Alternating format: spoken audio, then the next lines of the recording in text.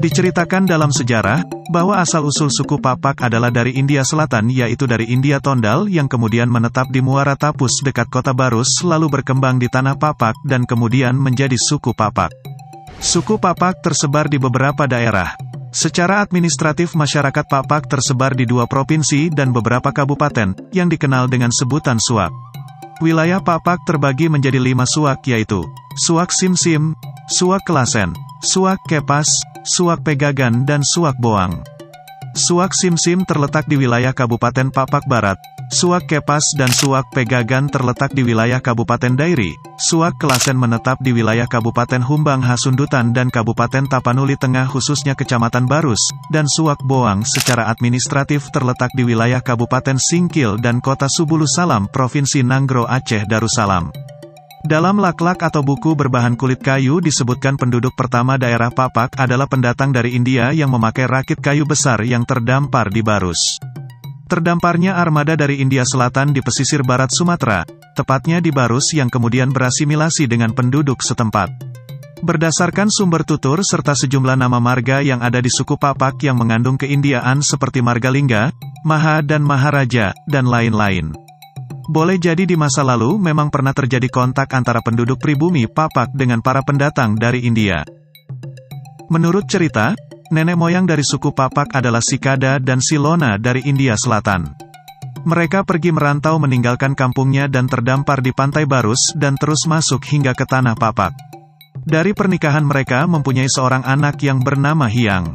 Itulah sebabnya nama Hyang adalah nama yang dikeramatkan di suku Papak. Hyang pun dewasa dan kemudian menikah dengan Putri Raja Barus. Dari pernikahan Hyang dan Putri Raja Barus mempunyai 7 orang anak, salah satunya adalah Empu Bada. Empu Bada adalah yang terbesar di antara saudara-saudaranya yang lain. Bahkan dari pihak suku Toba pun mengklaim bahwa Empu Bada adalah keturunan dari Parna dari marga Sigalingging. Empu Bada diperkirakan sudah berada di tanah Klasen sekitar abad 15 Masehi. Empu Bada mempunyai ulayat atau wilayah kekuasaan di daerah Klasen diantaranya Parlilitan Humbahas sampai ke Mandua Mas Tapteng. Empu Bada mempunyai seorang istri yaitu Beru Pohan dari kampung Lobu Tua Barus. Dari hasil perkawinan ini Empu Bada mempunyai keturunan 6 laki-laki yaitu, Tendang, Banurea, Manik, Beringin, Gajah, Berasa dan 1 perempuan yang bernama Permesawari. Empu Bada tidak tinggal menetap di suatu tempat tapi selalu berkelana di dalam ulayat kekuasaannya. Kemudian Empu Bada membagi wilayah Klasen menjadi 6 bagian sesuai dengan jumlah anaknya. Sesuai adat kebiasaan, jika seorang anak dipajai atau mandiri dari tanggungan orang tua, maka diberikanlah kepadanya perbekalan hidup berupa tanah ulayat, beras dan periuk atau hudon. Sejak itu, wilayah kekuasaan Empu Bada menjadi 6 bagian wilayah atau ulayat kekuasaan. Inilah dasar serta awalnya pinempar Empu Bada Tendang, Banurea, Manik, Beringin, Gajah dan Berasa disebut Sionom Hudon. Di kemudian hari datanglah Tuan Nahoda Raja dari Samosir ke wilayah Sionom Hudon. Kemudian keturunan Tuan Nahoda Raja dari tanah ulayat Sionom Hudon mempunyai 7 orang anak yaitu, Simbuyak-Buyak, Tinambunan, Tumanggor, Maharaja, Turutan, Pinayungan dan Nahampun. Dan keturunannya inilah yang disebut dengan pengisi Sienem Kodin, atau pendatang di Sionom Hudon. Di Lobu Tua, Empu Bada ini dikenal dengan sebutan Datuk Mudo, karena dia adalah datuk yang terakhir di sana. Akhirnya Empu Bada meninggal dan dikuburkan di Lobu Tua Barus di kampung mertuanya. Dia dikuburkan pada kuburan istimewa yang diperuntukkan bagi kaum para datuk. Karena Empu Bada diakui kesaktiannya yang sangat berjasa menyelamatkan penduduk dengan membunuh burung Garuda Sipitu Takal atau 7 kepala dengan sebilah golok saktinya.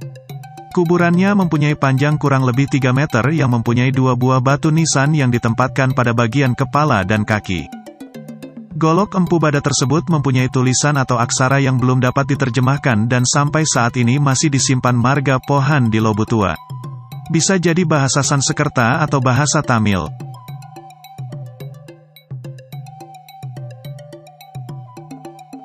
Kehidupan sosial rumah tangga berkeluarga pada zaman dahulu tidak seperti saat ini. Rumah sebagai tempat tinggal dibangun bersama dan ditempati bersama. Demikian juga dalam mencari nafkah, keturunan Empu Bada membuka ladang bersama dan berburu atau memancing ikan untuk dimakan bersama.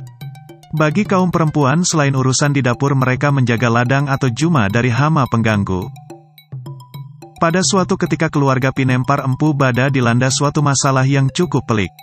Permesawari dicurigai telah berbadan dua, namun ia tak pernah memberitahukan siapa lelaki yang menghamilinya. Sesuai kebiasaan maka diadakanlah runggu atau rapat umum. Lokasi tempat runggu ini berada di atas batu yang datar yang terbentuk secara alami. Sekarang wilayah itu disebut Desa Sionom Hudon Runggu. Singkat cerita, setelah runggu diadakan, maka diketahui bahwa si Banuarea lah yang telah berbadan dua dengan saudari perempuannya Permesawari. Ketika akan dihukum mati, Banuarea bersama dengan adiknya Manik melarikan diri ke arah Deleng Simpon. Setelah aman dari pengejaran, Banuarea meneruskan perjalanannya dan sampailah dia di Salak dan akhirnya di sanalah dia tinggal menetap. Kejadian ini ternyata membawa kesedihan di hati si Tendang, Beringin, Gajah dan Berasa yang tinggal di kampung halaman. Mereka larut dalam kesedihan, termenung dalam kerinduan bersaudara. Mereka tidak dapat melupakan semua suka dan duka di saat mereka masih bersama. Dengan perasaan kehilangan, akhirnya si Tendang memutuskan untuk pergi merantau ke Boang Aceh Singkil sekarang. Si Beringin pun pergi ke Simerpara Salak Kabupaten Papak Barat sekarang. Si Gajah menetap di Parmonangan Pakat dan selanjutnya berserak lagi ke Manduamas Tapanuli Tengah. Dan di sanalah mereka tinggal beranak pinak sampai sekarang. Namun kepada si Berasa, saudara-saudaranya berpesan agar tetap tinggal di kampung halaman sebagai ahli waris untuk menjaga ulayat Sienem Kodin atau Sionom Hudon yang sekarang berada di Kecamatan Parlilitan.